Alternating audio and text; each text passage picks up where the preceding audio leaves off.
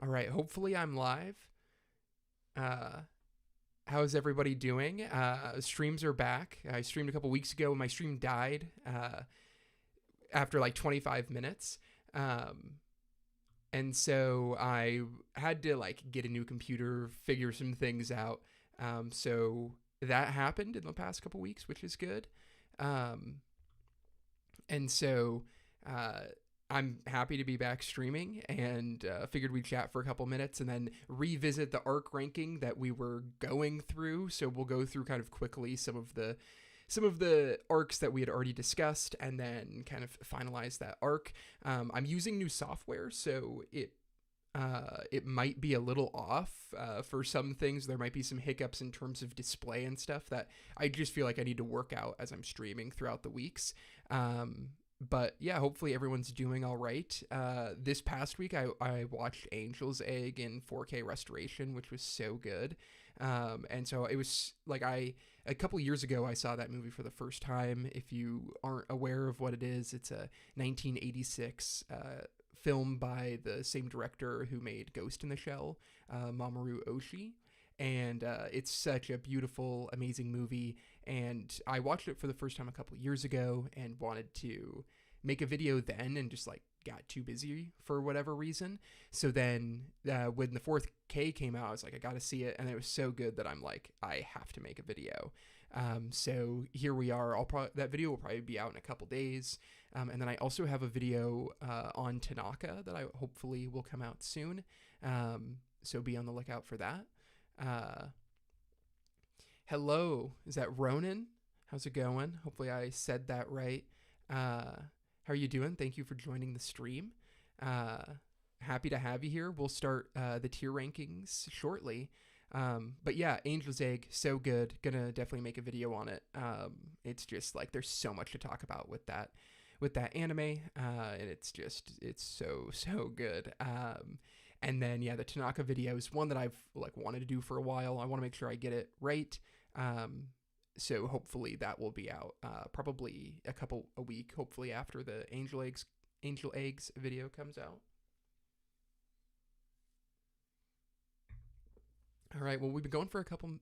I'm doing good. I'm doing good too.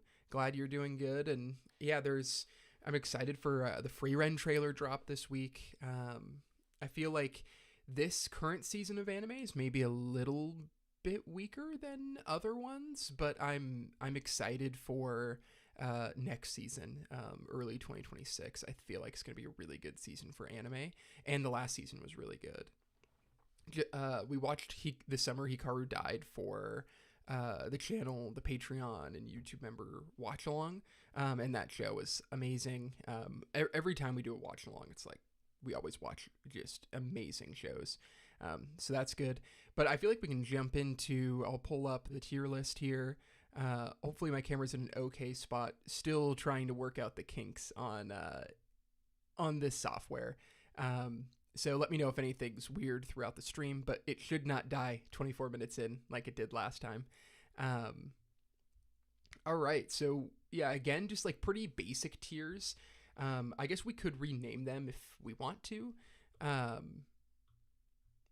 And let's see. So we could do, but I feel like just S, A, B, C, D is like fine. Like for anime, everyone kind of knows what's going on there in terms of tiers and like, you know, what's S rank, what's other ranked.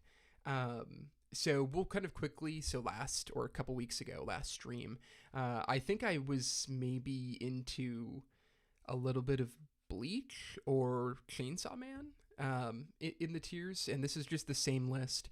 Here's how, it's not like super long. There's a couple of tier lists that's like I'd be here for like 6 hours, and so maybe we'll build to that. Maybe one day revisit it again, and kind of call it like the ultimate anime tier list. This is a lot more shonen anime and really shonen battle anime for the most part.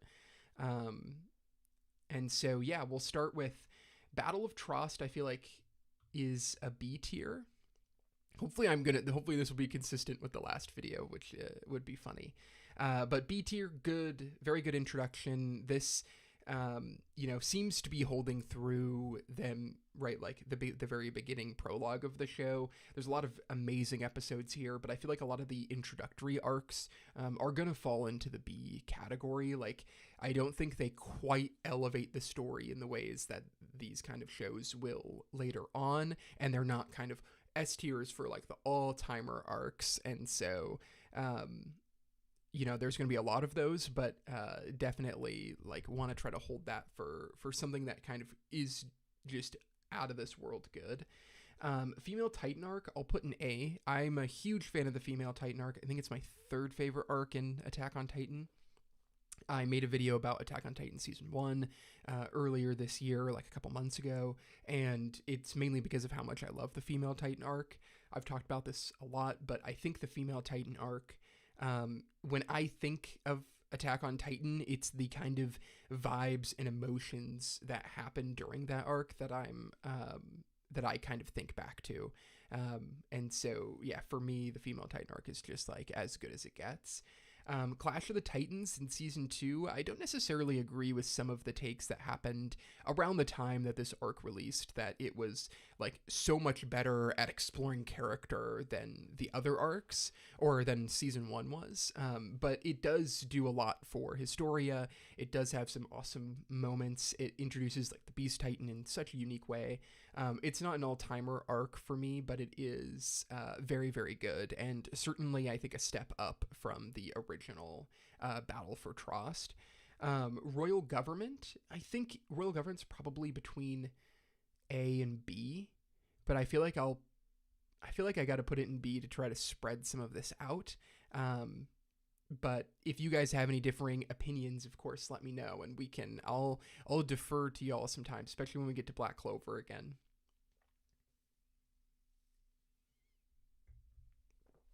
But Royal Government's good, right? It kind of was a unique or kind of notable evolution in Attack on Titan's storytelling, which is really good. Return to Shiganshina, I think, is one of the best arcs ever. I think it's the best arc in Attack on Titan.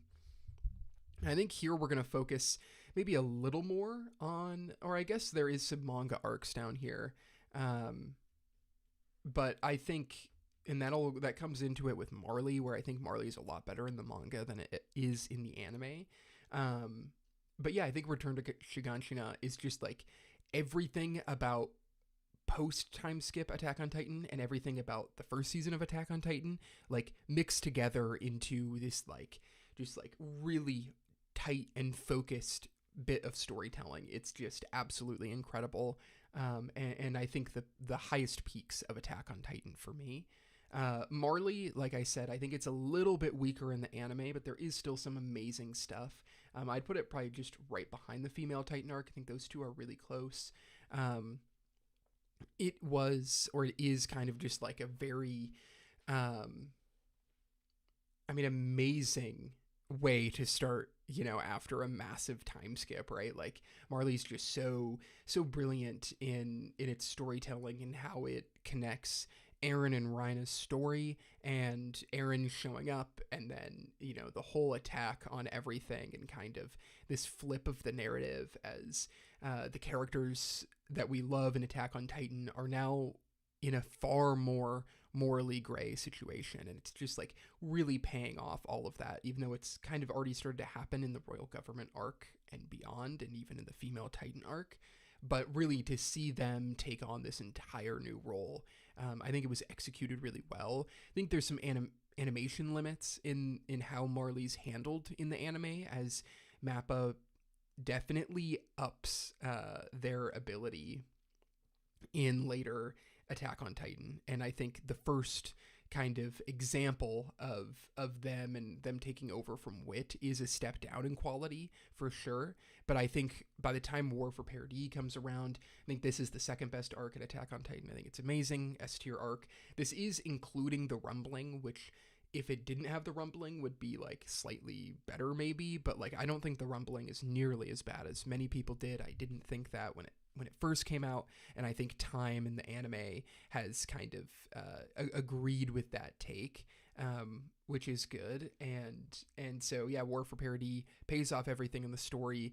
I mean, when you think about everything that happens when they return after Marley is just like some of the best stuff in Attack on Titan, like Gabby's snipe and all of these things. And then the Rumbling has its moments and maybe, doesn't live up to it every step of the way, but is still, I think, an amazing ending and a fantastic arc. And so now we're into Black Clover, where I needed help last time. So honestly, maybe we'll skip Black Clover. And then if you have any Black Clover thoughts, like I feel like a lot of Black Clover's arcs are B to C for me. And so I guess I kind of remember some of them. I feel like the Witch's Forest is good. I feel like a lot of Black Clover is just like fine. And so Spade Kingdom, I also feel like was okay. Let me know if you guys are different on that. I'm not up to date. So the last time, so I read Black Clover for the first time, I think in 2021. So like that's like 4 years ago. That's crazy. And I kind of binged through it. And I remember when I read through it, I was like, oh, I just had a great time with it. And I just like read the manga, great time, caught up then, stayed caught up for a couple of months and then fell off. And then since then, it's just like left my mind. And I don't know if it's because it didn't capture me in the way other shonen have, or if it's I just read it all so fast. Like I read it in like 2.5 weeks or something. It was crazy, and just really flew through it. And I remember they were at the Spade Kingdom, and I remember really enjoying that stuff, and then just setting it down for whatever reason. So I would like to return to it, but if I do, I'm going to need to like go through some of the beats of the story. Are you caught up with it, Ronan? And if you are, what's your favorite arc of these 5? Because if it's different, I feel like I remember Witch's Force and Spade Kingdom being a little bit better than the rest. But if you view it a little bit differently, let me know, and I'll move these rankings around. And if you think one of them should be A and give me an argument for it, I'll trust you.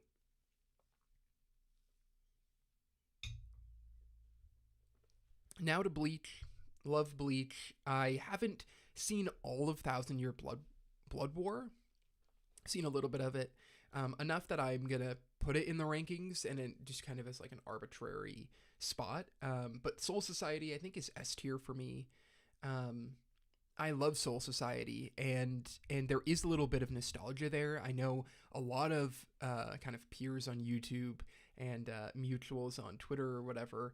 I have a lot of people who have a little more love for Bleach than I do necessarily, and maybe that's not the way to put it. They're really deep in the fandom, where I've only watched Bleach once, and it was in high school. I don't have the nostalgia of watching it when I was really young like I do with Naruto and One Piece, so I have a harder, kind of a different relationship with the 2 of the other big 3.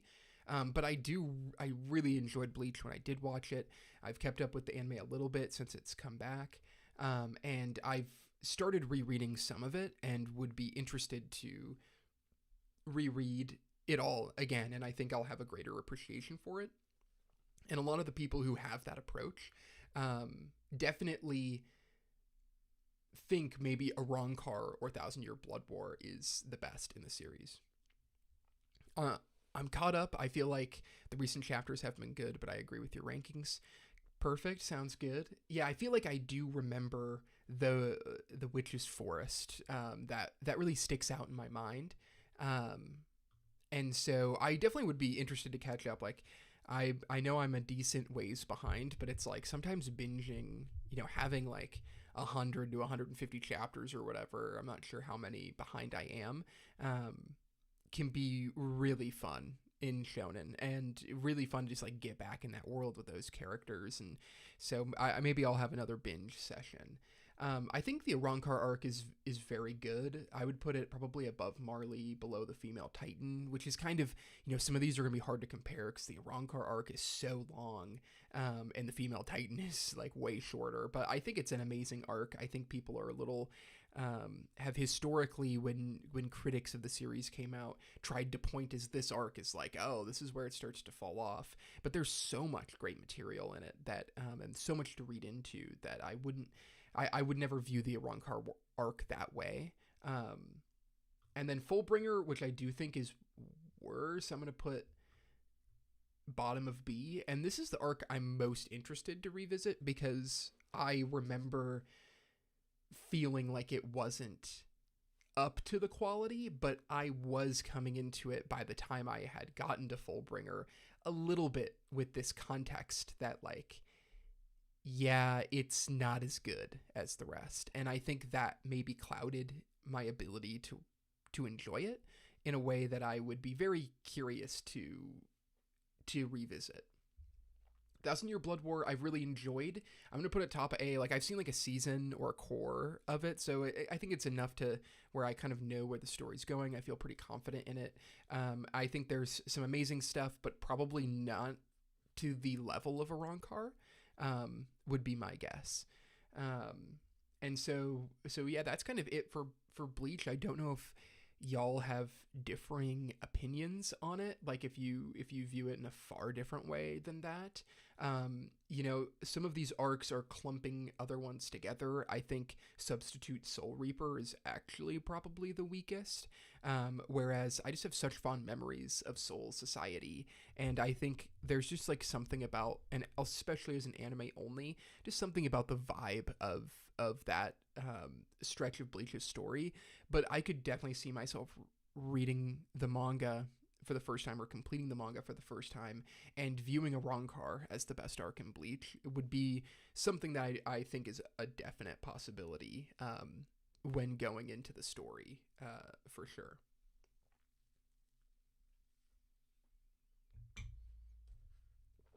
All right, so moving on to Chainsaw Man.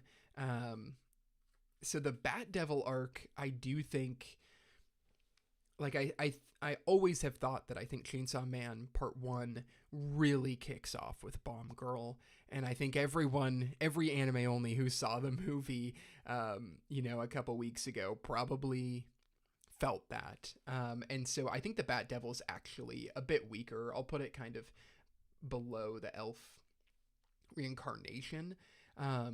And so it's like a fine introduction. There's some cool stuff, but it doesn't have the length or kind of a lot of stuff to be competing with some of these other like amazing arcs. But I think Katana Man is definitely a step up.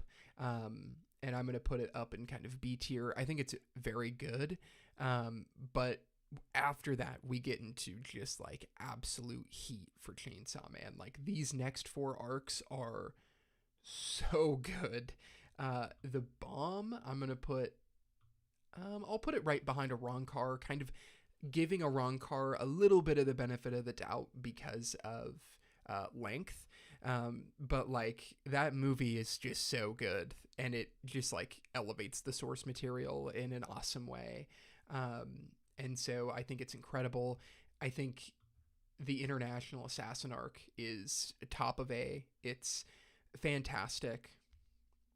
And then I go back and forth, like, Chainsaw Man kind of flows together so much that it's harder to view them as arcs in the same way that, like, Soul Society is this really distinct thing, and then, in all of these long running shonens, all the arcs are really distinct, because they're their own long stories within one, where Chainsaw Man, while still being like, its entire length of Part 1 is probably similar to the length of the Arrancar arc. But Gun Devil, I'm going to put Gun Devil as the second, and then I'm going to put Control at the bottom of S. I think they're both S tier arcs. We got 2 shows right now with S tier, but 3 of the 4 so far S tier, which I think like is fitting. Maybe if we never end up using D, maybe I will reevaluate some of these tiers so they're all up to be reevaluated.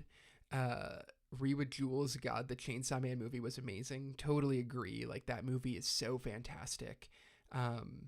Yeah, just like love everything about it. The production is so good, and it, a lot of people were a little frustrated, I guess, with how season 1 was handled because it was a little muted, and people felt it didn't have like the burst of emotion, I guess, and color and excitement that is kind of can easily go with Chainsaw Man, and you kind of see it on the Chainsaw Man covers. And I think this movie found a really good balance between both of that, where it kind of really leaned into and kind of took head on some of the criticisms of season one, while not abandoning the feeling and the beauty that was there in Chainsaw Man season one. And so if we get that level of quality for the next three arcs in Chainsaw Man, like we're in for some all-time stuff. And I don't know how y'all feel about Chainsaw Man Part 2. I did make a video about it, not this summer, but the summer of 2024. And I haven't been caught up that much since with the manga. And I just feel like the Part 2 is like fine. It's just, there's some really good stuff, some stuff that is not as good, and it just doesn't hit like Part 1 did. And I think there's a lot of reasons for that, and I think there's some pretty obvious reasons that I won't like spoil here, but like if you finish Part 1, there's just like a fundamental issue with Part 2 that it never is able to dig out of. And I think that is really the reason. And so it seems like Fujimoto's having a fun time writing it, but I do think it is quite a bit weaker than season one. Like I think, or part one, I think a lot of it is in the B to C tier. Maybe the best stretch is A tier versus like so much of Chainsaw Man part one being S to A. But yeah, so Chainsaw Man, adore it, love it, super good. And then yeah, we got Dragon Ball Z. I haven't seen Super, so maybe I'll turn D into like haven't seen, because there could be some more. Although most of this stuff I've seen, except for some of the newest My Hero. But yeah, so Dragon Ball Z, one of my first anime, right? One of most people's first anime. It's like either that, Yu Yu Hakusho, and Inuyasha. I think all three of those I kind of watched simultaneously. And so Yu Yu Hakusho is usually my go-to for if someone asked what my first anime was. But it could have been Dragon Ball Z. Like it's one of those three. I think I was watching them all around the same time growing up. The Saiyan arc is a lot of fun. It's interesting that they don't have any Dragon Ball in here, which I have seen. But for Dragon Ball Z, the Saiyan arc really kind of changes the nature of the show in a way that it was going, but it really goes for it here with the introduction of Raditz. The battle between Goku and Vegeta is really good. And so yeah, the Saiyan arc is very good. It's in probably the B tier, right? Like with Battle of Trost and stuff. Like it's not the greatest thing you've ever seen. It's maybe a little slow, but there is some really, really good moments in it.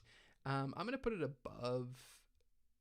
I'm going to put it kind of there. I think that is a pretty good spot for it. It's an iconic, arc in anime. And I think it's fantastic. Is it Namek? Man, it's been a long time since I've watched my pronunciations. I've only read a little bit of Chainsaw Man Part 2. I want to read more. Yeah, read with Jules. You definitely should read more. It's definitely interesting. I feel like everyone needs to have an opinion on Chainsaw Man 2. It's kind of like, the thing going on right now is like, what do you think about it? Do you think it fell off? Do you not? Or do you think it's just like fine? Because I'm kind of in the like, it's good. Like I enjoy reading it. It's not the worst thing I've ever read by far, but it's just not quite the last three arcs of part one, which is just like what you want, right? I think this is definitely a step up. I'm going to put it's probably deserving of A. And just because it's so iconic, right? Like this is the arc. There's so much of this arc that I think is a little bit fluff and kind of whatever. Is that Patik? Hopefully I'm saying that right. Yo, how's it going? It's going good. How are you doing? Welcome to the stream. I don't know if I can't remember if you were at the last stream a couple weeks ago, but we're kind of just revisiting the ARC rankings that I had made 2 weeks ago. With I had to get a new computer because mine just like kept dying on me. It was a long time coming. Hopefully, editing will be a lot easier now.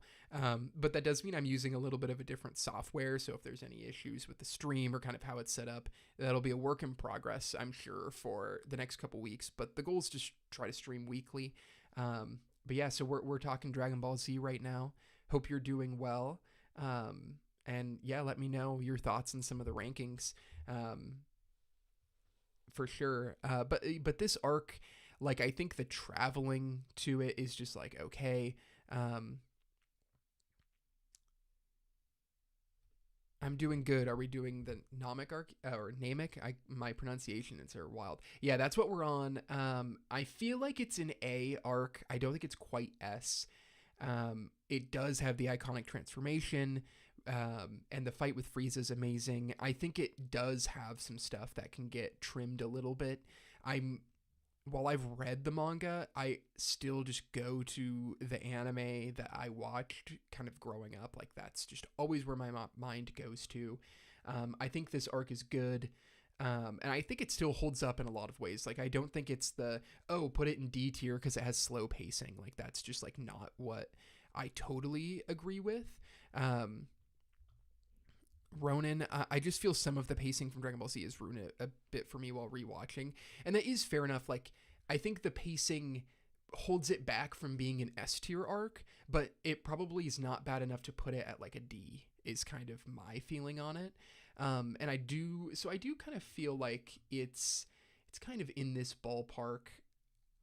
I'm going to put it below Bomb Girl, which maybe feels a little weird. But I do feel like it's an iconic arc. If we're talking about the most iconic moments in all of these arcs, it would be S tier. But I think some of the stuff around it is not quite as good. And I think Dragon Ball Z will reach higher highs. But maybe I'll revisit this and it could be slightly different. That's Dragon Ball in a nutshell. Honestly, those highs are insanely high, but it takes you a while to get there. Yeah, that's a great way of putting it. It certainly does. And so, yeah, I feel like it's right here. Maybe I'll put it above Bomb Girl because it's just a little more iconic. And Chainsaw Man goes on to be even better than Bomb Girl. I agree with the highs. Are worth it. Yeah. Yeah, maybe. Is it better than a Wrong Car? What do you guys prefer? This arc or a Wrong Car? I do feel like I feel like I like Bleach and Dragon Ball Z honestly to a pretty similar level. I think Android Saga's a little bit worse, but still very like similar quality. Doesn't have the highest highs, but I also don't think it's as low lows. I love Android 17 and 18. I think Trunks traveling from the past is actually really fun. I think this is a pretty good spot for it in between the two Attack on Titan arcs. Split those up a little bit. And then Cell Saga is the best arc in Dragon Ball Z, without a doubt. I'll put it...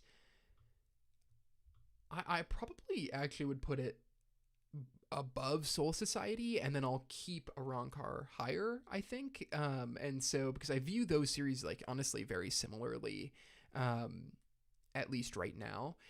So I think the Cell Saga's fantastic. It has, Gohan's development is so good, and I don't think it's underrated, but it's like, it is the best part of Dragon Ball Z, I think, is Gohan's development, culminating in it happening in the Cell Saga. He's a little bit worse in the Buu Saga, which is a bummer, but I do have a lot of love for the Buu Saga, even though I do think it is overall not quite as strong of storytelling as some of the other arcs. But some of my favorite stretch of episodes is actually what is in the DVD discs, Season 7 of Dragon Ball Z, which is the beginning of the Buu Saga, where Gohan is at school and, Gotee's training Goten and Goku's dead and all this stuff leading up to the tournament.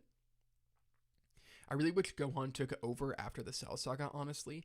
Yeah, like, I agree. Like, I think while I find that slice of life kind of fun, um, Gohan does not step into the story in the way that he could have, even after going to school and stuff. And he just kind of becomes a not nearly as interesting of a character. So I do think the Boo saga is worse, but I do just have a lot of fondness for it. And so I'm going to put it at top of B. And I do think I prefer it to the Saiyan saga, which maybe is a little bit controversial, but I just love all the characters so much. I love the tournament arc. When Toriyama passed away, and I bet all of us just were like, oh, I just need to like go watch or read Dragon Ball. That's where I picked up. So that is like a very personal take for me, where it's just like, what I love watching that tournament arc that leads into the Boo saga. I think it's fantastic. So I have seen Battle of God saga like a little bit, but I haven't seen enough Super. I'm gonna put it all here, because I literally haven't watched any of it, and it just like hasn't caught my attention in the same way. So I'm gonna put haven't seen. And then if we need to add another arc, I'll add it. Correct me if I'm wrong, but like, has anything come out of Gohan prioritizing his education? At least not in the Boo saga. Granted, I haven't read Super, so I don't know if that's like a thing, but it is an interesting, like, I can see where he's kind of going with that, where it's like it's this kind of fun tension early in the story that Gohan isn't supposed to be fighting, and because of that he develops a very different relationship to fighting than everyone else, right? Like Chi-Chi putting him into school and being like, you shouldn't be fighting, and him kind of foregoing violence, is what makes the Cell Saga so beautiful. And so it's not crazy for him to actually choose to go back to that. But it doesn't have a payoff in how it's done in the Boo saga from at least within that saga, like it does in the Cell saga. But you can kind of see where he was like, well, maybe we should not have him just turn straight up into Goku, but it's a bummer that his skill just continues to get dwarfed, and he should be the strongest of them all, you know? And so I do agree with you there. So that was Dragon Ball Z. I think a lot of rankings pretty similar to where I have Bleach. And I just like a series that I love, and I feel like I'll revisit parts of the anime on their own. I probably will never just like watch the entire anime all the way through again, would be my guess. I probably will read the manga all the way through again. But I will revisit parts of the anime, probably forever, right? So we do have a couple of Death Note in here, which is kind of an interesting contrast. The L Saga, I mean, it's as good as any arc ever, right? Like, honestly, I'm probably going to put it third, somewhere in there. And then the Nier arc, while it's a little bit worse, I don't think it's like that bad by any stretch of the imagination. But it probably isn't as iconic as some of these, so I'll put it above Bomb Girl. Probably makes sense for it. Yeah, I mean, Death Note's amazing. It's kind of one of those anime that when you first watch it, you're like, this is a top 2 anime for me of all time, because it's it's accessible in a way for people who maybe have only watched Battle Shonen or just getting in, because it's a little bit shorter, right? It's like 37 episodes. And so, but it's the kind of series that over time maybe, is a little bit lower and not quite like a top 10 show for me, but I still love it, and I think it still holds up to a lot of the best arcs here. And the L Saga is just amazing and beautifully executed, kind of every step of the way. Demon Slayer, I'm not caught up to Demon Slayer, so I've not read it, and I haven't seen the new Demon Slayer movie, which is like almost embarrassing to admit because I'm a little behind. Um, People hated on the Nier arc way too hard. It's not quite the same peak, but still did great things with the direction they chose. I totally agree, and I think Nier's character, I think there's a lot to dive into with that, and it is the type of thing that I would like to make a video essay on one day. Um, is kind of revisiting uh, Death Note like the next time I rewatch it, because it is such a bingeable series and it's been years since I've seen it, probably since I was in college. Um, and so yeah, I think I would love to revisit it and watch it again. Do you like how they dealt with Death Note's ending? I like the ending of Death Note, or in particular the very very last episode of Death Note. I think it's really really fitting for what happens to Light. I can't remember if it's switched from the manga. I do own the manga, but I don't know. I haven't read it all. It's just like looking beautifully on my shelves. Um, so I can't remember if it's different from the manga's ending, but at least the anime's ending, I very much enjoyed, and I think the ending of Light is really well done and really well executed, um, for sure. But yeah, so I like the ending. I think Nier's good, and I think Nier's interesting. He's not L for sure. Um, I was just about to ask if you preferred the manga or anime ending. Yeah, I haven't read the manga. I did get a couple years ago. A friend of mine got me all of the individual volumes, which are so beautiful. So I have them pristinely on my shelf, and just like need to spend a weekend reading it, for sure.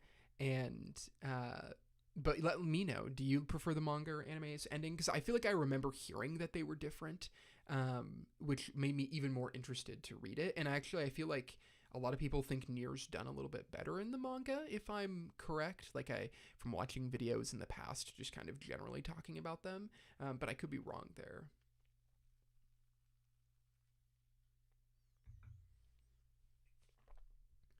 So now we're to Demon Slayer. So yeah, I've only watched through the Red Light District, so I'm a little bit behind from the anime. I really want to see the movie, but I haven't quite gotten to them yet. And I don't really remember why. Like I think it just was like a time in between. Like I enjoy Demon Slayer. I'm not over the moon for Demon Slayer necessarily, but I love Ufotable's approach to animation.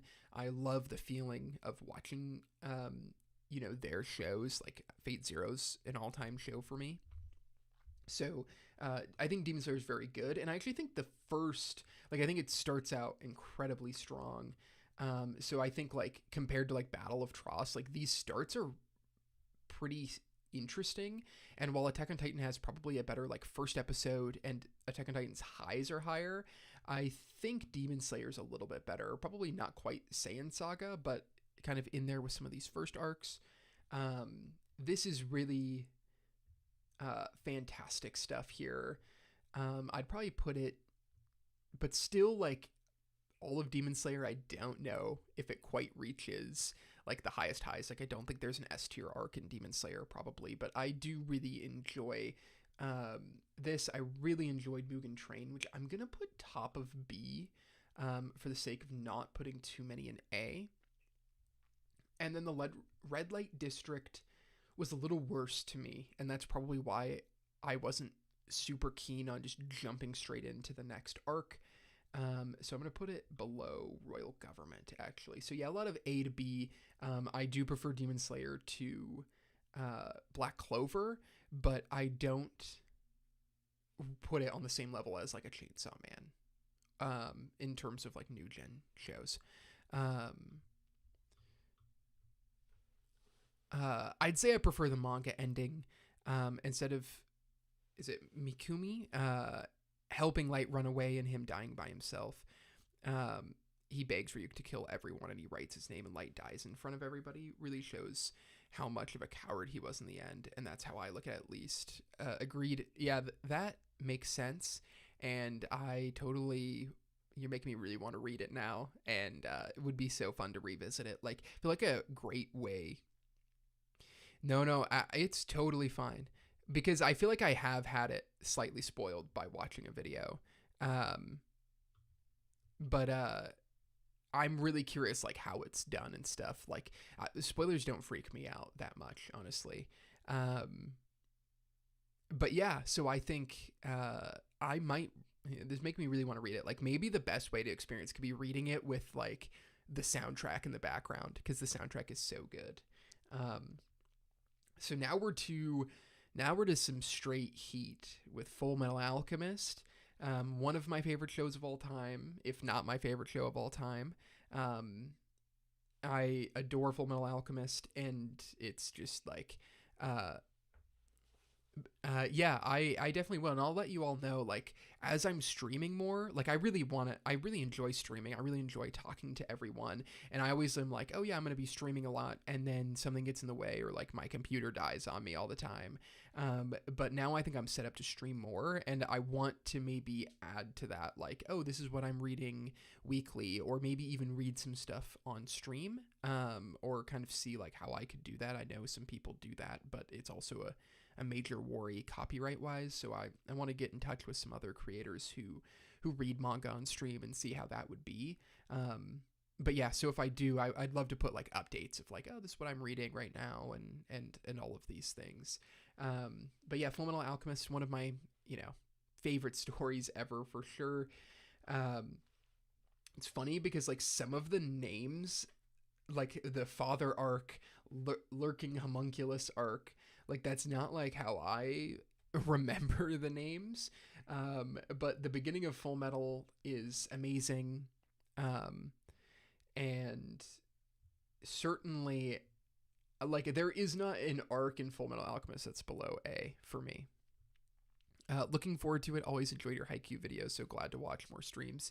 Thank you. Glad you enjoy them. There'll definitely be more upcoming. I said this like right when the stream started, but my next video is going to be on Angel's Egg, which is it's a movie by the same director as Ghost in the Shell. If you haven't heard of it, came out in '86. It was just in theaters for a couple of days for its 4K restoration, and it was so good. And I've seen it before, and so just like watching it again, I just like had to make a video on it.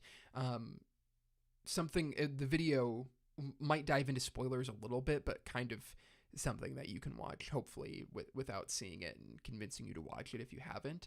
And then I'll have a Tanaka video after that, so be on the lookout for that video. It's been a long time coming, right, since I've talked about him. Yay for more streams. Yes, very glad. Hopefully y'all enjoy it, and hopefully like as I go on, like I'm excited to kind of experiment with production and try to make things even better. But yeah, so for Full Metal Alchemist, isn't there something for Ghost in the Shell coming out next year? It's a great question. Is there like a new show coming out, or is it like a restoration of the '90s film? Either way, I'd be excited for sure. Angel's Egg is like this, like really, it's only 70 minutes. There's very little dialogue. It's just absolutely gorgeous, atmospheric movie that when you watch it, you're kind of like, what did I just watch type of things? Like, how do I interpret this? Which is exactly the type of thing I love. So I was like, I got to make a video on it. And honestly, videos like that, when they just come so easily. Like the script is almost all there, and I saw it like 2 days ago.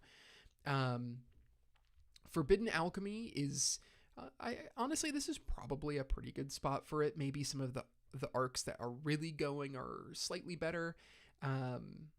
But Lurking Homunculus is incredible. And this has got to be where Lurking Homunculus, I think, has got to be above Soul Society and Cell Saga. And then Father, I'm going to put here.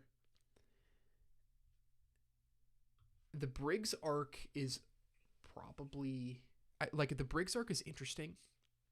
I think I like the shift. Honestly, Father's arc is S tier. Like, I just love Fullmetal Alchemist so much. And then Promised Day is, I think, one of the best arcs ever. And so I'm gonna put it at top for right now. Um, do you think upcoming Haikyuu movie will be able to incorporate everything in the in the manga? I think they're only doing the Kamomedai match. I'm not 100% certain of this, so don't quote me as an official source, but I'm fairly certain I saw something that was saying that the branding of Haikyuu movies have changed slightly, so that there is a very good possibility that um, this is just going to cover the next match, the Kamomedai match, and that there even might be OVA episodes for Fukuro Dani versus Mugen Azaka, and that maybe after that another movie will come out. Like I think there's my guess, putting on like my conspiracy theory or trying to get into the minds of those on the committees who are making the decisions about these anime. And this is something that people talked about a lot when Haikyuu, when it was first announced. But the manga did end a long time ago, right? Like 2021, I think, or 2020, somewhere in there. And so it is a lot to put so many resources that have to be at such a high level because the fans expect a very certain quality from Haikyuu, to see if you're going to get your return on investment. It's not as popular as Demon Slayer or some of these shows, and its manga's not serializing anymore. And so I think there was a fear from them, and that's why they moved to this choice, which, is definitely not the most ideal choice for fans. But I think for how successful the movie was, I think they're now willing to do more. And then I'm pretty sure it's a new anime for Ghost in the Shell. Sweet. Yeah, definitely want to check it out. But yeah, Fullmetal Alchemist, some of my favorite stuff ever. I've kind of spread out some of the stuff. I could easily put all of Fullmetal Alchemist like really high. But Promised Day, I think, is the best arc in Fullmetal Alchemist. And I think it's one of the best, if not the best arcs of all time. Hunter x Hunter, another absolute banger. All of its arcs are going to be very high. And then we go to Jujutsu Kaisen right after this. Like, so good. The Hunter exams, I think I'm going to put them at top of B. Maybe worthy of A. A lot of people are like, oh, it starts really slow, but I don't think it's like that slow or anything or that crazy. And so yeah, I think, and I love the ending of the Hunter exams. Like, it totally just like blew my mind the first time I watched it, and is just brilliantly executed every time I've rewatched it or reread it. I think it's incredible, but just to not overfill every arc. Like, I think first arcs, a lot of them are kind of ending in this B tier. We've got like nothing in the C tier. We might have to shuffle some things around eventually. And Heaven's Arena, well, that's interesting because maybe Hunter Exam does need a BA, because Heaven's Arena, I think, is slightly not as good. Yeah, all of a sudden I'm like, Hunter Exam's incredible. So yeah, I'm gonna put it like, is the Hunter Exam really not as good as Demon Slayer? Like, that just can't be true. I feel like I want to say every arc in Hunter x Hunter is better than everything in Demon Slayer, but I'll put it like this: Heaven's Arena a little bit lower, in terms of also the context of the story and how I think Demon Slayer, the end of season 1, really is fantastic. So Heaven's Arena, I think, is a little bit weaker in terms of the total narrative of Hunter x Hunter. It does have maybe one of the best fights, especially in the anime, between Hisoka and Gon. It really develops the Nen magic system, but also just kind of is like, the tower's kind of like whatever, I think, and it doesn't have the complexity that the end of the Hunter exam has, in my opinion. Yorknu, S tier, one of the best arcs, better than the L saga, I think. Greed Island is an interesting one. I think Greed Island is very good. It's better than Heaven's Arena. I'm gonna put it like, now I'm like, where do I go with it? I'll put it below the Android Saga. I think the villain in in Greed Island is amazing. I love a lot of what it's doing. I don't necessarily love the isolated changing of a magic system. Like, I know a lot of people are like, oh, the magic system changes, but I like when a magic system evolves and it's just like, that's how it's going to be forever. This arc doesn't necessarily do that. It has this kind of like, we're going to make up rules for, doing something different for a little bit, which isn't my favorite thing. And I don't think it's challenging the Nen system as much as it could, but it's still really good. I love the more chill arcs of Hunter x Hunter, like Heaven's Arena and Greed Island. Yeah, that's like fair enough. Like I do also like the chill arcs. Like, I mean, I love Hunter x Hunter so much. It's just so fantastic. And I don't like them as much as the kind of big arcs, but I do see where you're coming from. And I just love the characters so much that just like spending time with them is so good. And Chimera Ant, I'm going to put it at 2 for right now. It and the Promise Day are probably going to be hard to overcome.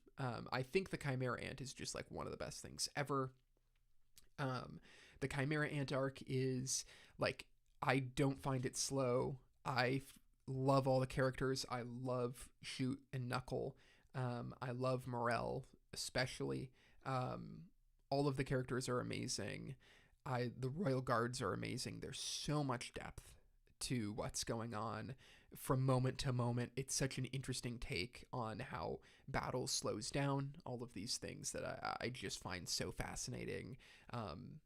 It has a strong argument to be number 1, I think, without a doubt. Like, I think it's just like as good as anime gets, type of thing. Like, I just adore it.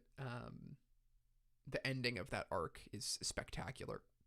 It has a little bit of what we talked about with Dragon Ball Z, where it's like there's some slower moments, but for Hunter x Hunter, it never loses me for a second. Well, it's like you say you prefer buttery lobster or juicy steak. Either way, good taste. Yeah, it's like you can't really go wrong, right? Like, they're all so good. And yeah, so I think Chimera Ant is just absolute, like, everything I'm looking for. If you love the Chimera Ant arc, like, then our tastes are going to be similar, right? Like, that's kind of how it goes. Now to Jujutsu Kaisen. I'm really excited because this is one of the series that has really become a favorite of mine in a way that I never thought it would over the last year and a half. And so I was an anime only with Jujutsu Kaisen for a while. I remember I read it a little bit right before the anime came out because a lot of people, I was making videos and everyone was like, man, the Shibuya incident's crazy when it was like coming out. And so I didn't get that far. And then I was like, I'll just wait for the anime. I liked season 1, didn't love it. And then, watch Shibuya, and I didn't even watch Shibuya. Like, I had to catch up to it when it was coming out because I was so busy with other things at the time. And then that summer I caught up and, probably like 2.5 months before the manga ended. And it was just so peak, so good. And I've read it a couple times now, rewatched Shibuya many times, can't wait for season 3. Obviously, I've made a lot of videos on it, and I'm going to be making a lot more videos just because I feel like I have a lot to talk about with the series, and I feel like those videos can do well. As much as I love Haikyuu and can always talk about Haikyuu, I want to make sure I'm talking about other series and series that hopefully people connect with. So yeah, I'm excited to see where this ranks. Season 2 is so peak. Honestly, I wouldn't say it's a favorite, but it's so rewatchable. Yeah, so good. So good. So Jujutsu Kaisen 0, I think is definitely in A. Do I prefer it over Greed Island and Clash of the Titan? Maybe it's bottom of A. I think it's very good. I think it does a lot for the story, but it's not quite on the level of some of the other arcs. Especially for me, the precursor with Gojo and Gato was my favorite part of that. Yeah, it is so good. Yeah, hidden inventory is so good. Fearsome Womb is like I think some of early Jujutsu Kaisen in season 1, like a lot of it is B for me. Um and I think like Fearsome Moon is honestly pretty low. I'm going to put it in between the Black Clovers. Verse Mahito I think is the best part of season 1, so I am going to put it a bit higher. I do think it's very good. And then I don't love, like, it's like fine here, but I'm not like over the moon with it. What do you think of JJK's ending? I think it's pretty good overall. I have a few issues with it, specifically with, a certain character coming back. I think how that was handled was really poor, and held back how good of the ending should have been. But I think a lot of how it ended was good. Like what happens with Yuta's character, I think is fine.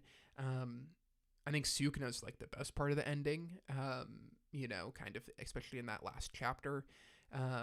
And so while it felt maybe slightly too easy, the ending, and it's like, I think it's weaker than, let's say, Attack on Titan's ending. I don't think it's the disaster that it was made out to be. I've read the first couple chapters of his new manga, loved it, and kind of wanted to read it, more of it in a chunk, because sometimes I go in and out of keeping up with things weekly and not. Like, I'll be able to keep up for like 3 weeks, and then I'll fall off for like 2 months, then I'll binge, and then keep up for a couple weeks, and it's kind of like a never-ending cycle. But I've really enjoyed what I've read. I had an impulse to make a video on it right away, but it is worrying to make a video about any Shueisha properties when the manga's just coming out. So I might wait till there's more of it out, or there's some distance between it, just because I don't want to deal with copyright. But very good. I would love to make like shorts reviewing every chapter, but those would just like, I'll get copyright strikes for all of them, so I just like won't engage until it's been out for a while. I think JJK fumbled with the ending and couldn't stick the landing. The middle, though, was good. Yeah, I mean, I know that's like the more common theme. I think I'm just like a little bit higher on JJK's ending than most. The death painting, I think, is good as well. Like, I think just like a lot of, I don't think it's as good as First Mahito. It's probably, kind of a similar place there. I think a lot of season 1 is in B tier, which is probably the reason why Jujutsu Kaisen isn't on a higher level for me, but I think a lot of what comes after is way higher. So Gojo's Past, I think, is near the top of A, is probably where I would put it. I think it's amazing. And then we've got like 3 bangers, and I go back and forth all the time in my order of the 3. There's a part of me that thinks Shibuya is the worst of the 3, and then there's a part of me that thinks it's the best of the 3. That's completely valid. I just don't think it lived up to what it was built on. Yeah, and I can totally see that, like, especially for how quickly it happened. Like, it does feel a little easy, maybe, in terms of how things happened. Not everything got paid off. Like, it is a big difference when you think about a story like Haikyuu, that pays off. Like, every minute little thing gets touched on in the end, and it's easy to think that that's the norm, I think, but it's so hard to do that, and it's why Haikyuu's ending's perfect. But yeah, so I kind of go back and forth on these. I'm sure I've made some shorts that I'll probably contradict here. Currently, I feel like Calling Game is my favorite, and I'd probably put it kind of right here. And kind of right now, I'm feeling like Shibuya is my second favorite, and then Shinjuku Showdown is third, and both of them are like top of A. Like, I just really love everything from Shibuya on overall. So that's what we're gonna do for now. Maybe throughout, if I feel different, I'll move them around. JoJo's is an interesting one to discuss. I have seen these parts. I've read a little bit of part 7 and I want to continue reading it. Um, but yeah, so but I don't love JoJo's in the same way that a lot of people seem to, especially like in around when part 5 was airing. I feel like when part 5 was airing, it was week to week, wasn't buried by Netflix.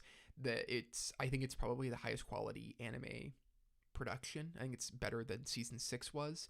Um, and it was like the community was so head over heels for everything about it, and it's kind of dissipated. Like there's less memes, all this stuff, because obviously there hasn't been a new one in a couple years, and part 6 was not as popular because of how Netflix released it and the quality of the adaptation. Part 1 is just like okay for me, honestly. Part 1's kind of like a C tier arc. Part 2 is definitely a lot better. But I'm not like head over heels for any of JoJo's, but I'm still hoping that I'll read part 7 and then I'll all of a sudden put every arc in S or something. Like I just like hope that experience happens for me because I want to love it like other people do. I do think JoJo's part 2 is like very solid. Not necessarily the greatest thing I've ever seen, and I actually think part 3 is worse than part 2. Part 3 I don't love, and I'm gonna put kind of there. Part 3 like has, I mean, Jotaro's an amazing character, like he's fun to watch, and that's kind of it for me. Part 3, the battles actually, the one of the big differences, everyone agrees part 1 is the ugly duckling of JoJo's. Yeah, yeah, it's just like whatever, and it is so short that maybe it could sneak into B, but we need more C tier arcs.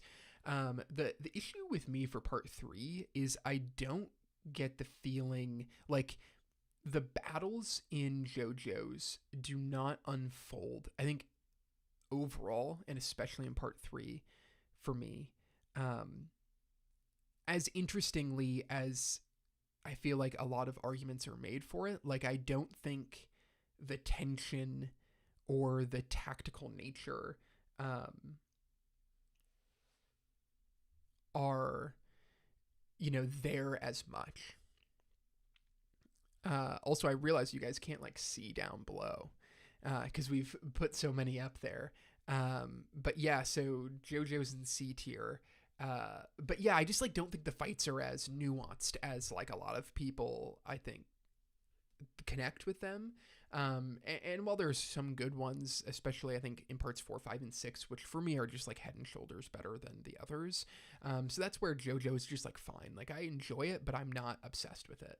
I think part 4 is actually my favorite right now, and I think part 4 is really good, and I really love the slice of life of part 4, which is something that not everyone loves, and then the switch to Kira later on. So I think it's definitely an A tier arc for me, probably just below a Roncar. So like that kind of shows you where JoJo's is for me personally. And so that's kind of how I would put it. And then I think part 5 would be next. So we got part 5 and 6. 5 is in lower in A, probably right behind the Hunter exams, and then part 6 is probably right behind Android Saga. Like I view those pretty close. Part 4 is great, especially my goat Kira. Yeah, Kira's fantastic. So yeah, I think part 4 is actually my favorite of what I've read. Part 4, 5, and 6 are ones that like maybe over time one of them could move into S tier for me, but with my expectations of part 7, I kind of have this like thing in the back of my mind where I feel like JoJo's has not fulfilled its potential yet for me. But yeah, so it is one of those series that I enjoy, but not quite on the level that a lot of people do. So next we got some Kagurabachi on here, which is pretty interesting. I'm not caught up to it. So I'm definitely will add this arc. It's not in C tier. But I'm going to put this in haven't read yet because I don't think I've read enough of it. Like maybe I have, I can't quite remember. So the fact that I can't remember means I probably shouldn't rank it. But I think this arc of Kagurabachi, Kagurabachi has become this kind of really, really series that people put on a pedestal, and in a lot of ways for good reason, but in a lot of ways I think it's maybe a victim of people just really searching for the next big thing. I think it's kind of in B tier, but like pretty high in B tier, like probably above part 2. A lot of good stuff with this arc. I think Kagurabachi is really interesting. The revenge tale's good. I love this villain. And I think it's really, really good. But overall, I think the arc, I think Kagurabachi is, I need to catch up to it to really see how people are viewing it. But it's it was kind of a meme, and then it was oh, this is legit good. And I think it's just really solid. It's just really solid shonen. And I'm excited to see what an anime adaptation could do for it. Because I think a great pairing could really bring some of these beautiful scenes to life. And then My Hero is next. I am not caught up on My Hero. So what we've got: My Hero, Naruto, One Piece, Yu Yu Hakusho. Those are the remaining series. And man, where does Hero Killer, Forest, Festival? I think My Villain Academia I have not gotten to.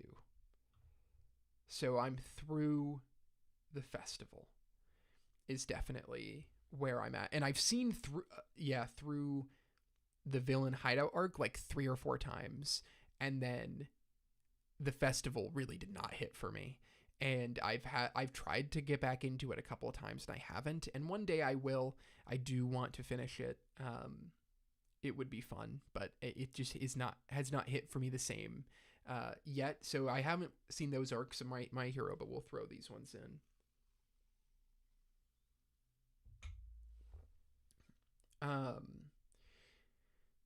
Let's see. Is this in the right order? It's got to be right. The first arc is actually very solid. Which all of a sudden I'm looking at some of this and I'm is really the first arc of Attack on Titan worse than this? I feel like the first arc of Attack on Titan is actually better than all of these arcs that I'm looking at. For some reason. So I'm going to move it way up because I feel like it's better. And this is not as good as Verse Mahito. I think that's a pretty good place for it. Maybe we'll do that. I think My Hero has a very fun start. It's just very solid. A lot of these shows have good starts because they need to curate. They're not doing anything too risky, but they're doing the formula interesting enough that you're really compelled to keep watching and kind of be interested in the show. And so I think the Sports Festival is genuinely fantastic. It's a great tournament arc. It's really fun. It has the kind of tone that I really enjoy of the series, where My Hero to me never felt overly serious. And that's really when it was being successful. And so I really do think this arc is actually kind of better than anything in Demon Slayer. I really enjoy it, and to the point where I probably enjoy it more than JoJo's Part 5. I think that the Sports Festival is fantastic. And there is a lot of stuff in My Hero that is fantastic. In a way where it's kind of when I'm talking about these early arcs, I'm I do want to get back to it maybe. Hero Killer arc is probably my favorite. It's not as good as Marley, and it also feels like I can't quite put it over Hunter x Hunter or Full Metal Alchemist. My biggest issue with My Hero is how much it bounces around between stakes. Yeah, I think that's a fair point. Especially, you just get this feeling where it's you have an on arc and an off arc. It's all right, we're going to be doing some dumb school thing, and then, okay, now we're dealing with the villains, and it's kind of fun in the beginning with the Hero Killer arc. But it's that contrast was interesting with Sports Festival into Hero Killer, but when it keeps happening over and over and over and over again, and that's all the structure offers, I do kind of agree with you. Forest Training Camp, I think, is B. I think it's a little bit weaker, but still some fun stuff. Not as good as Mugen Train, probably not as good as Kagurabachi even, but better than JoJo's Part 2. And definitely another step up in quality. And I think the villain hideout arc is very good. And I probably would put it below Greed Island. I think it's just like fantastic. Like it's just a very, very solid arc. And then Overhaul, I actually found a bit disappointing. I'm going to put kind of below Mugen Train, but above Boo Saga. And then the festival arc is like near the bottom of C for me. Just like did not connect with it. And I think that fits for My Hero, where when My Hero, when I was first getting into it, it's like so many of the arcs were like A-level arcs where I was like, man, I'm just like really vibing with this series, and I watched it over and over again.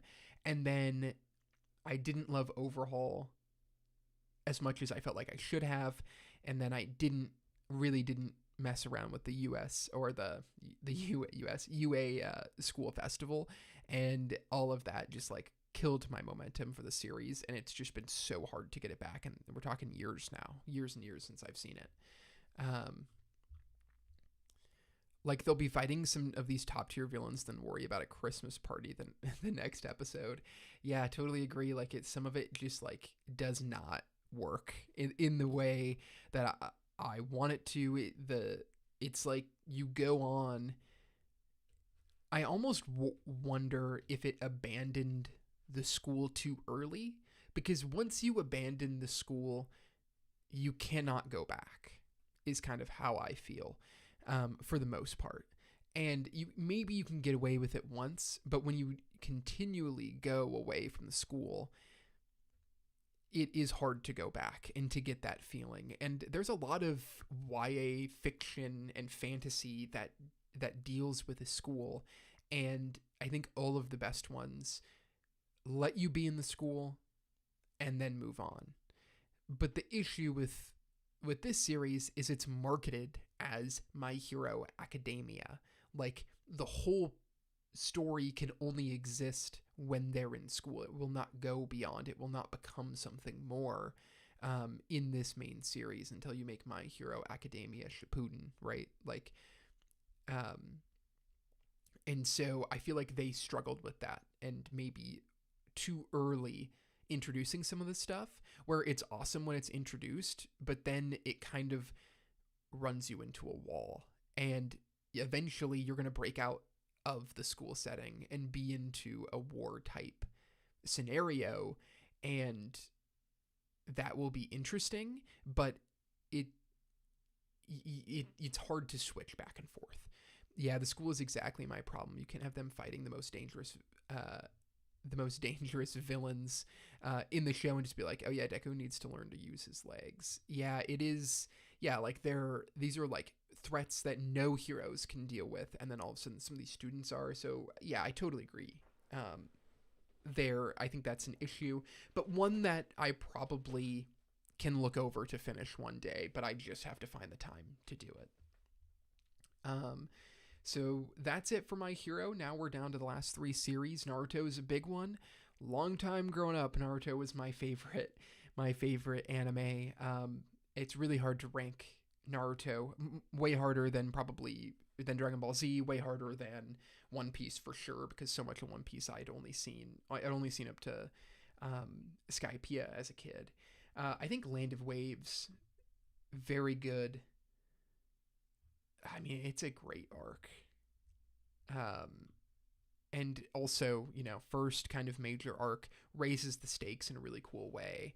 I'm going to put it just behind Verse Mahito, just above Battle of Trost. I think is a pretty good spot for it. Zabuza, what a cool villain. Naruto, like protecting Sasuke, very, very good. And the beginning of the series does have a really strong hook. Have you seen Boruto or read 2 Blue Vortex? I've seen maybe 1 or 2 episodes of Boruto. Maybe one day I'll watch it or go to it, but it has never really interested me. Like I feel pretty satisfied. If not, I've already had too much of the world of Naruto to a point where I feel like I don't need to go get more. And I haven't even heard of Blue Vortex. What's that about? And then Forest of Death, I mean, it's a similar, like, it's similarly fantastic. Um, I think it's a little bit better than Land of Waves, but maybe not so much better than Land of Waves. Um, but it is better than a lot of these arcs. Uh, yeah, I'll put it right below Heaven's Arena. Honestly, I view them kind of similarly. Oh, it's Boruto's time skip. I've not. Is it good? Like what I mean, I hear such polarizing Boruto things, and you just don't know where the commentary is coming from. Do you think Boruto is worth checking out, or not? I still believe the entire Naruto franchise, including Boruto Shippuden, peaked at OG Naruto. Yeah, I do think OG Naruto has a lot of some of the best stuff, but also I've always viewed Naruto and Naruto Shippuden as just the same narrative. Um, but yeah, I don't know. Is Boruto worth checking out? As someone who definitely loves the original Naruto, and but I don't love the ending of the series, or kind of post pain dying. For me, it gets a little clunky. Chunin exam, absolutely stellar arc. I'm gonna put it. Right above Shibuya. I think so, or maybe right above Bleach is better. I do think Naruto's highs are super high. Uh, I feel like the anime has so much filler, but reading it as a manga, it's okay. But Two Blue Vortex is good. I hate Shibuya's ending, so I like to separate them. That's fair enough. Yeah, like I think it gets really clunky, but I love a lot of the first half of Shippuden, which we'll talk about soon. Um, Attack on the Hidden Sand is again a little bit lower. Um, to the point where actually I don't even think it's as good as Land of the Waves. I'm gonna put it behind the Saiyan Saga. Like I think it is actually just like a little bit weaker. Um, and Tsunade Retrieval I also think is a little bit weaker, but like not too bad. And even I'm gonna put it up just above JoJo's Part 3. And then we've got Sasuke Retrieval, which is amazing. I love Sasuke's Retrieval. I think it's fantastic. I'm actually going to put it pretty high here. I'm going to put it just below Briggs. Like, I think it's an incredible arc. I think it has some of the best fights in Naruto. I think it's such a beautiful ending to OG Naruto, as we put it. Yeah, I think it's just a fantastic, fantastic arc. The Kaze Kage rescue mission. I have a lot of love for this arc. I was so excited for Shippuden to come out, and Deidara and Sasori, just like I love those characters. I think it's probably, is it better than Forest of Death? Maybe, but it's probably a little weaker. So I'll kind of put it there. I think it's a very, very solid arc. And I think it has some of the best moments for Sakura. Like some underrated moments there. But I do think there's the next arcs in Shippuden are maybe even a little bit better. Except this one. Is it the Tenchi Bridge? I'm trying to remember.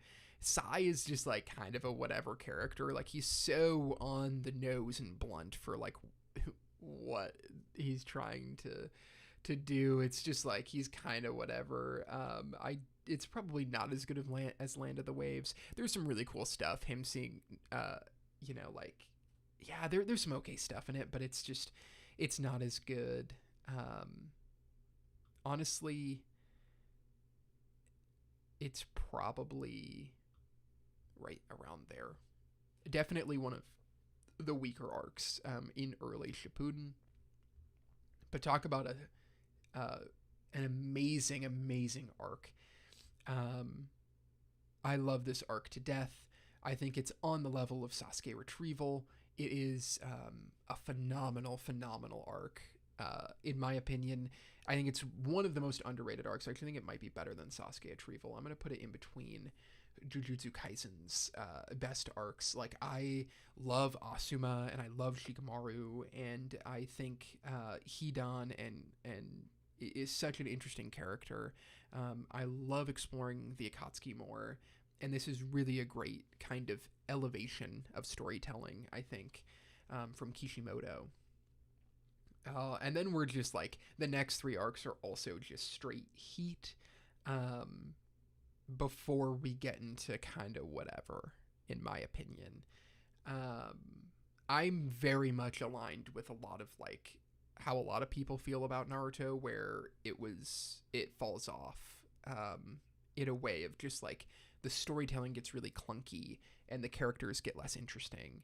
Um, but yeah, this Jiraiya arc is probably more, kind of right around there. I think it's a pretty good spot for it, honestly. Like, I don't think it's as good as the Hunter exams or the beginning of Full Metal Alchemist, but there is so much great stuff there, and I think it expands the world really well, and it's really fun to follow Jiraiya. Like, I like when these long series focus on a different character is often really refreshing and adds a lot of texture to the story, and I think you see that a lot in Shippuden.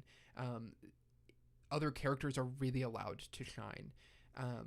Early in this, and then the fated battle between brothers is also fantastic.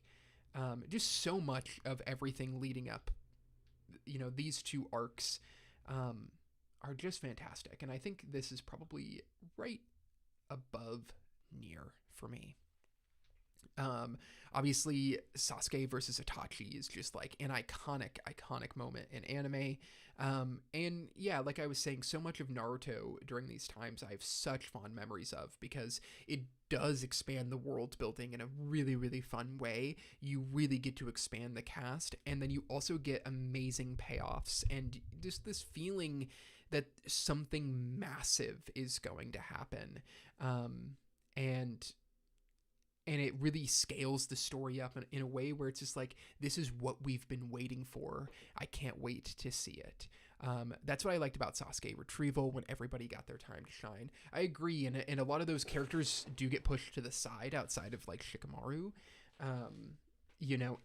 in post time skip, and I think we get a little bit of it here, but we're just focused on the Akatsuki so much, and some bigger kind of picture stuff, that I really enjoy. And that's why I think all these arcs are A. I think Naruto is at its best when Kishimoto is really into the rest of the cast, but also keeping everything a little grounded, which I think he loses that a little bit. And then the Pain arc, I think, is amazing, and I think it's iconic, and I think it's near the bottom of S tier. Like, I think it's close between S and A, but I'm going to give it the benefit of S, because it is such a beautiful, beautiful culmination of everything that Naruto's been about, and it really, I think back to Super Eye Patch Wolf's video on it when he was really early on in his career making videos, and I do think he put it right where it's like the kind of emotional arc of Naruto is satisfied here. Like, he saved the village and is no longer the character that people don't see value in. And even though there's some formal things for him to go through still, and there's still a lot of interesting stuff still to be told, I think the Pain arc really does satisfy that in a way that I've kind of always agreed with. It got the Avengers Endgame treatment, which wasn't a big fan of. You think the ending of Naruto does, or the Pain arc got the Endgame treatment? So 5 Kage Summit, I think, is good. Like, I still have a lot of, like, I do love the world of Naruto, and so some of the world building can be really fun. But I do think it's a lot weaker than some of these other arcs. Like, it's probably right around there. And then the Fourth Great Ninja War is so polarizing and weird, and like, I don't even know how to put it. I'm gonna put it top of C, honestly. Like, maybe if I like, I just remember being really underwhelmed the first time I've gone through it. It's post 5 Kage Summit. I've only seen the Fourth Great Ninja War once, And then I've watched the very, very end of the show a couple of times.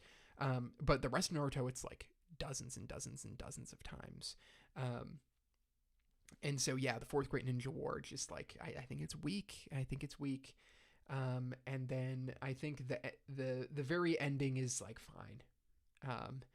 It's a little better, I guess, but I think it's also weak, and I'm gonna put it above part 3 because I also think part 3 is weak. What anime do you think has the best power system? That's a really great question. I think probably Nen is from Hunter x Hunter is probably the best power system. I do think JoJo's is interesting, but I don't find it quite as much depth as something like Nen. I think alchemy is actually phenomenal. Not the kind of power system that you're going to go spend weeks reading on in Wikipedia, but in the way it serves the story is fantastic. And Naruto's power system has led to some of the best action sequences. And I think that's just 100% true. It might not have like this like really hard rule base to it in the same way that Nen does, but I don't necessarily think that's an issue. One Piece, of course, has a very good power system. It's just so expressive and unique that it's so fun to, come across different devil fruits and see how hockey was, integrated into the story. I think is really satisfying. I not anime manga, but I feel like I read a lot of science fiction and fantasy. I'm hoping to publish some science or some fantasy stories and maybe a fantasy book, hopefully.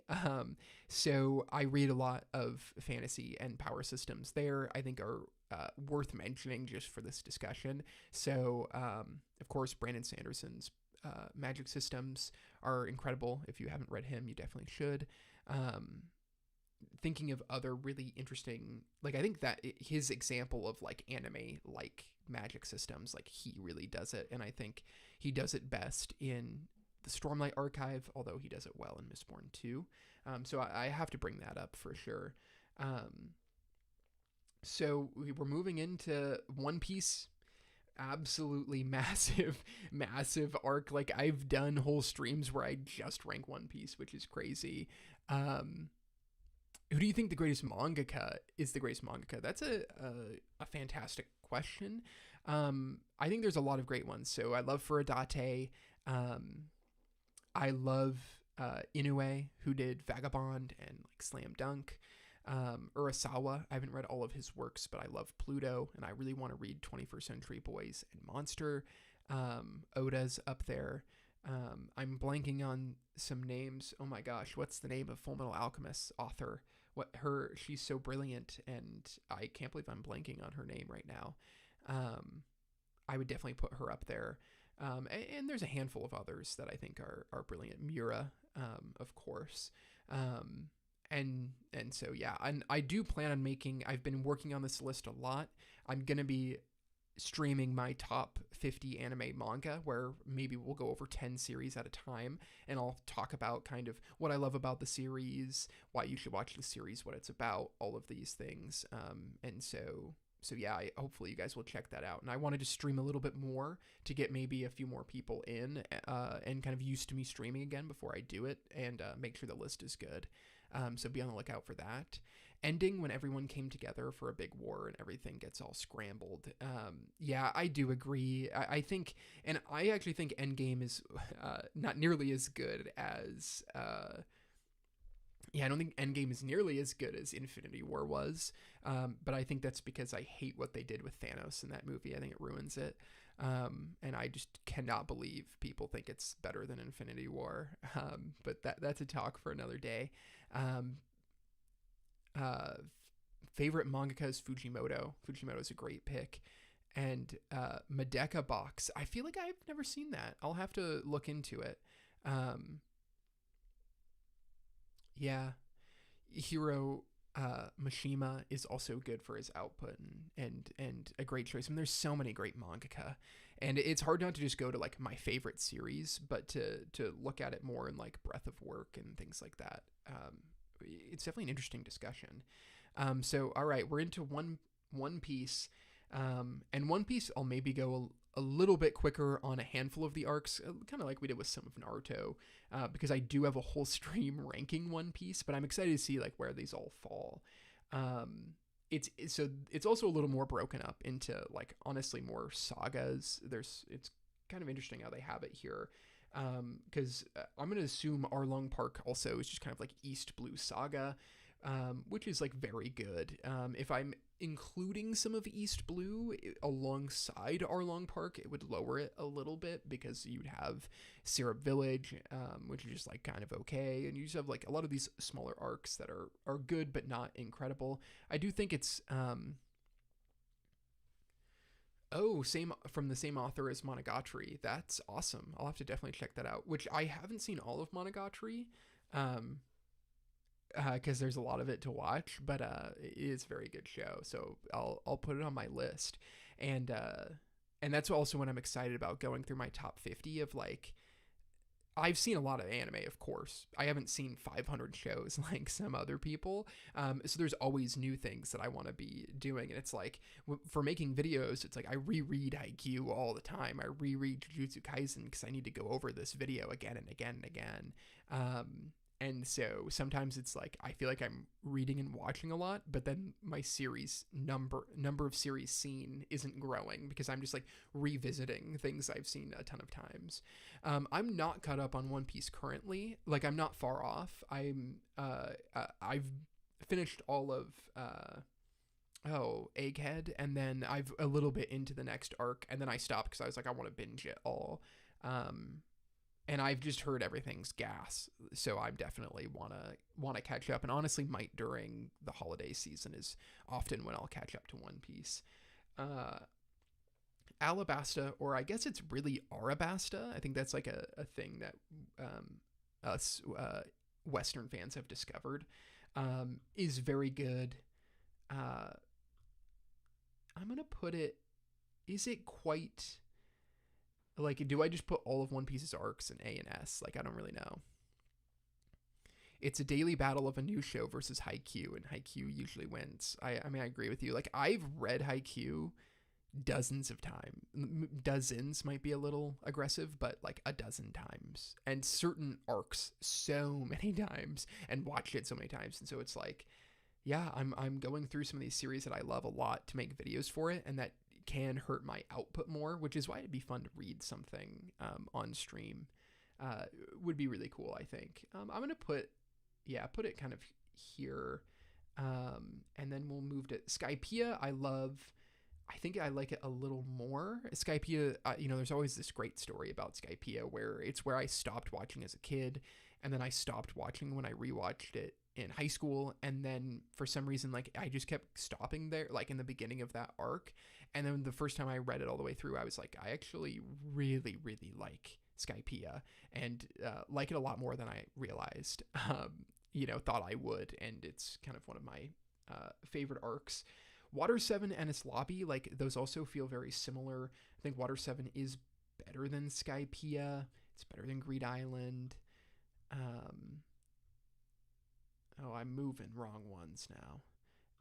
It's probably kind of right here. Ennis Lobby is an S tier arc, isn't it? It's one arc that, so on my channel, which I'm guessing most people haven't seen, this is a long time ago, but I did a read through of One Piece where it started as a vlog, One Piece vlog thing, where I was still experimenting with my style on YouTube, and even I might have not even been called Annie Essays. The channel might have had a different name back then. I can't remember exactly when it was, but I think it might have been before I rebranded the channel. So this would have been around 2020, where I made vlogs and videos about me reading it. And so it was kind of like, initially it was vlogs of like, oh, here's me reading it, here's me stopping to give thoughts. And then it kind of transformed into just like arc reviews afterwards, kind of turned into essentially like the style of videos that Murphy does. If you watch Murphy Napier, who's brilliant, and I discovered her book videos, and then, she started doing manga. It's so cool.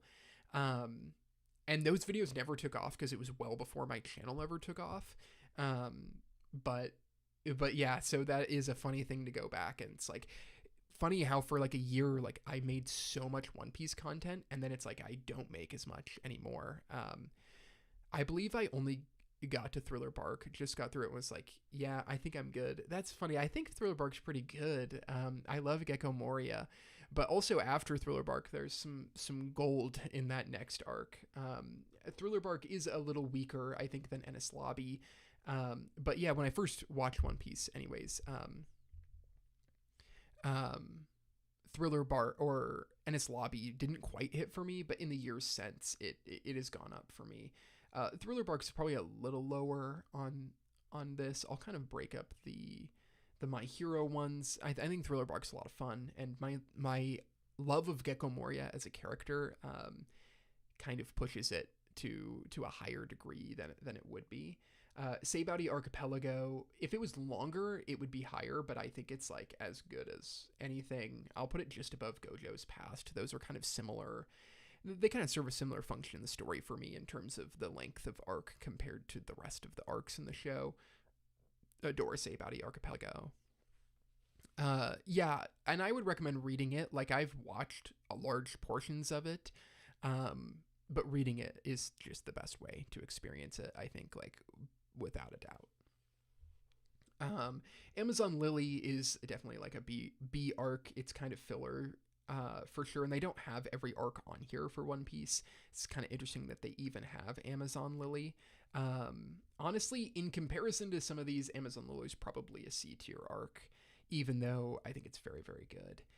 Impel Down is, I'm going to put high in B, mainly to keep things, I don't know if I'm ready for that level of commitment. It is a commitment, and it's like, okay, I'm going to slowly read this for a year is kind of how I approached it when I first did.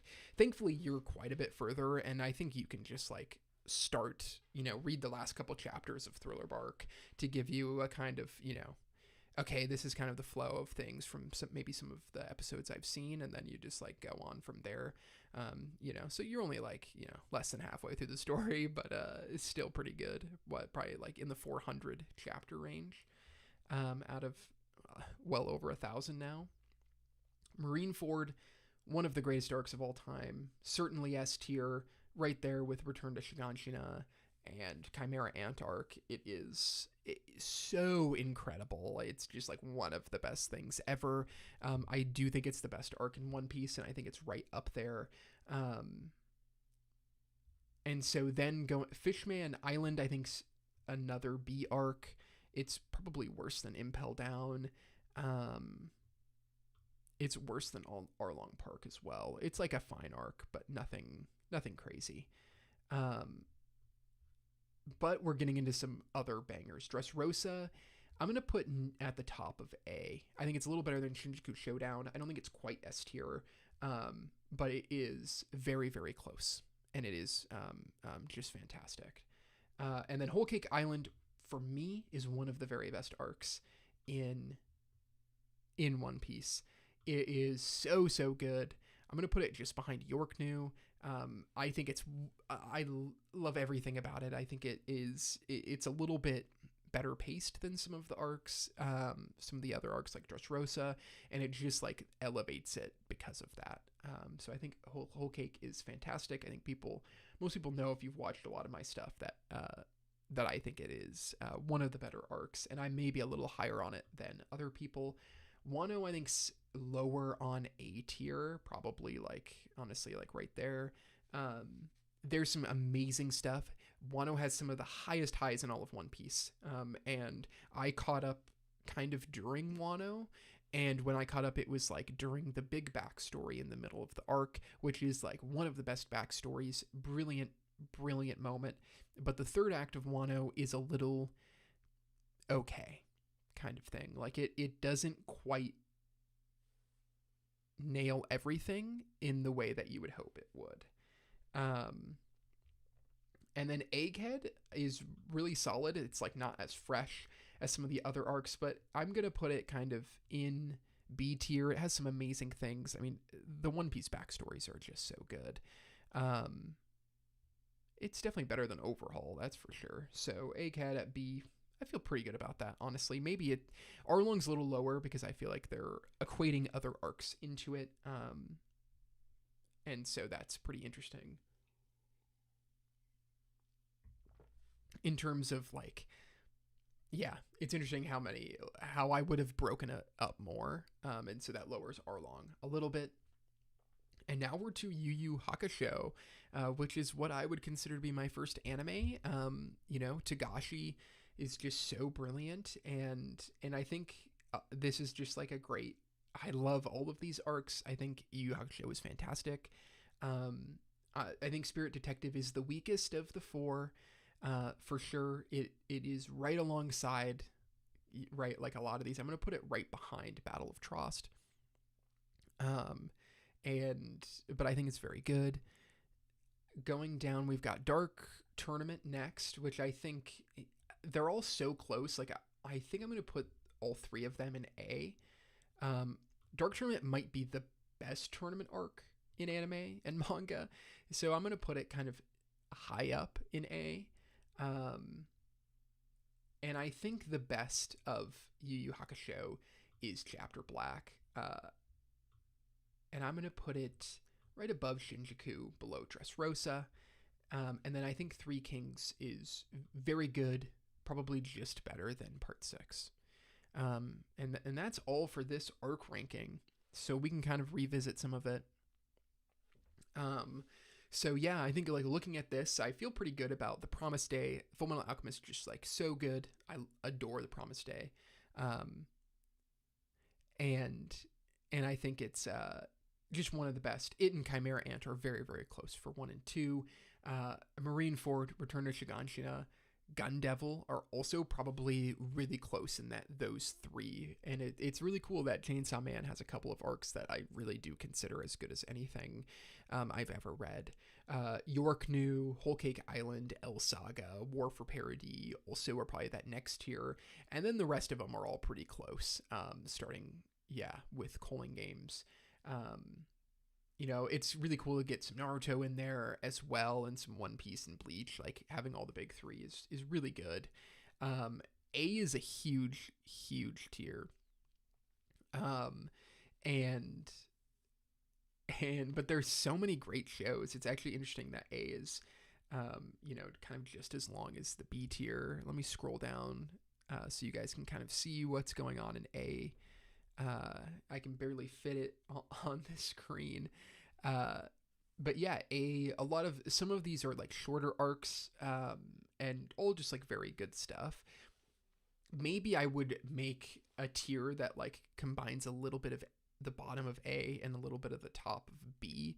Could be, kind of like a 2.5 or whatever tier. But for now, I think this is good. So we can scroll down so you guys can see. There's not a lot of terrible arcs here. Like, I love a lot of these shows. One Piece has an arc in here. Naruto has an arc in C tier. A couple of Black Clover, My Hero, and then JoJo's Part 1. And then a lot of B tier arcs, which are just like, there's some good stuff about it, some stuff I didn't love, and then a handful that I haven't seen or haven't watched yet. I don't know if I'll ever get to Dragon Ball Super, but the other arcs I will get to one day. And so yeah, that's it for kind of this total revisiting anime arc ranking. Not just 24 minutes long, thankfully. Let me go back to the chat here for a second, and then we can kind of chat for a few more minutes before we wrap it up. So thank you guys for hanging out with me. It's been a lot of fun. It's also scary because every time somebody I know reads the new One Piece chapter, they're like, oh my gosh, they just revealed something huge. And it's a character's eye or hair or whatever. Like, I don't know if I can keep up with all that. It is a lot to keep up with. And there's a lot that, like, sometimes when I'm reading it, I just, like, don't get all of the references immediately. Or, kind of like what this means for the larger context. But it's also really fun to be a part of the community and like watching videos about it and all this stuff. And I usually like to have chunks of chapters to read unless I'm at a really big moment. Like when it's winding down at the very, very end, like I'll be there weekly and I can't wait. Are you keeping up with Blue Lock? Blue Lock's another one that I'm a little behind on, but have read past where the anime is, and I would like to catch up to it. It would be fun to make some more videos on Blue Lock. It's been a while, and I think there's a lot of interesting things to talk about with the series. And so, yeah, I think Blue Lock is very good, and would definitely be interested to watch more of it, certainly. Yeah, so do you guys have any other questions or anything? This is kind of the last view of what the arc rankings were. I'm actually pretty happy with them. Is there any that you would have done differently? Like what's your top 2 arcs out of the series that are here? And yeah, I'm excited to keep streaming. We'll see what. Right now, the plan is to stream kind of once a week, usually on the weekends. Maybe I'll throw in a stream during the week, especially like I think in 2 weekends I'm gonna be at a book convention, so I won't be streaming then, but maybe before if I have time. But I really want to try to get weekly, and maybe even twice in a week would be kind of fun. What would you say your favorite anime from this list? Definitely. Oh, that's funny. Definitely from this list. There's 2 in contention, 2 to 3. I mean, honestly, I think Full Metal and Hunter x Hunter are the favorites here, with Attack on Titan and One Piece very close. Is how I would say for these rankings it would be, or for the series that are here. And yeah, I definitely, and maybe I'll start it next week. It's possible that I start my top 50 countdown to talk about my favorite anime manga. But yeah, those are kind of the leading series from what's here for sure. And yeah, if you have any ideas on like what you want me to stream, like I'm not a huge gamer, so I don't know how many like games I would play on stream, but I think it would be really fun to read through a series. Did you say you release your own material? So I am going to. So I'm do a lot of writing, and I want to publish some fantasy works. I'm near the end of completing a fantasy novel that I'm hoping to. I'm going to try to go through traditional publishing for it, but if I don't, I probably would release it self-published. And that's a project I've been working on for a long time. It's definitely battle shonen inspired, and I kind of just like the idea of taking the kind of feeling of a battle shonen and putting it into a fantasy novel. And so that's kind of what I'm working on right now, finishing up that project. And then after that, there's a lot of short stories that I have, and there's actually a kind of like 6-chapter like little short story novella project that I've worked on or kind of have outlined and want to finish. And so once I finish the novel and I'm sending it out and I'm not like working on it on a lot of editors, I am gonna make that other series, and I kind of want to release that to fans of the channel and maybe read it on stream. But so yeah, if I do kind of want to start sharing that with my audience. It's kind of a thing that I've been working on in the background for a very long time, and it's getting to the point where now I can finally hopefully show it to my fans, and also just like show to my fans that I'm also like writing a lot and having my own stories. And so the story that I'm thinking about releasing it kind of weekly on a platform after the novel as something to get out to you guys is like 6 episodes. And it's kind of the idea behind the kind of short story that I'm working on is that it's a future, and basically 130 hours or something like that. Previously, a huge hole opens in the middle of Earth, and people have to go into it and discover what's going on. And so I think it would be fun to read that on stream and kind of talk to viewers about it. And when it's written or when it's completed, it is very, very well outlined and drafted a little bit. But I've just been so focused on the novel as the bigger project that I'm thinking maybe in January, February of starting to release those. And so that's kind of the concept for that other story.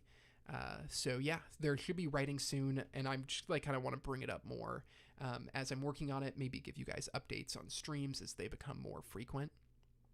I don't know if you know them, but the YouTuber I never know how to pronounce his name. I always say Alexander. Streams weekly One Piece readings. Yeah, I'm a huge fan of his.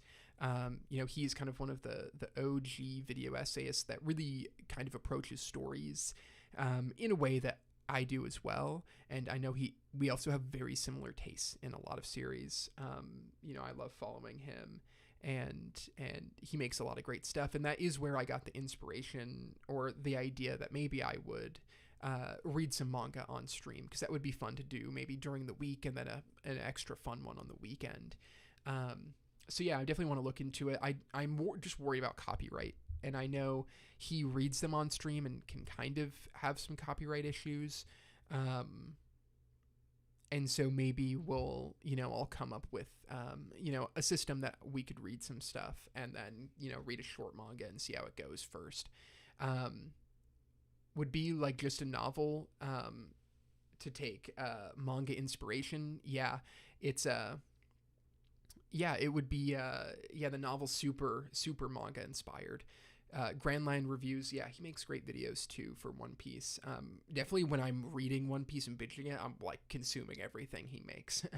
But yeah, so hopefully in the coming weeks, maybe we'll start reading a little bit, some manga, and then maybe some of my short stories and fiction writing, and just kind of keeping y'all posted on that. Look forward to the Angel's Egg video. I know it's a little bit different, but it is a video that I think is going to be really good. And so I think that would be, I hope you guys enjoy that video. To knock a video out after that. I think you're fine if you don't show any panels on stream. Don't take my word for it though. Yeah, that's true. And the only issue is then readers kind of have to follow along on their own. So I'll look into how I would approach that. And maybe there's a thing where I can do it where if you watch on a Patreon stream, you get access to the panels, as we're reading it. Might be able to get away with that. I think that might be kind of what he does too. So yeah, I just need to look into it, and probably in December, it'd be really fun to start doing that. I think I would have fun reading manga on stream and just hanging out with y'all more. But yeah, I think that's it for me. Look forward to more streams, more video essays, and then of course, hopefully some of my own stories will, reach your screen soon. And so yeah, that would be interesting. And, again, for every video, I always have to shout out. I don't know if any of them are in the chat, but my patrons and YouTube members, they're really, really crucial for this channel, continuing to go as it does. And I love talking to them on Discord, and we're probably going to be having another watch along soon. So I'll keep you all posted on what that is. Thanks again for joining the stream. Hopefully, the settings of the stream, went all right here. And, as I kind of, get used to the streaming process. But we'll see you, in the next stream. Thanks again for being here, and cheers. And hopefully I'll see you in the next one.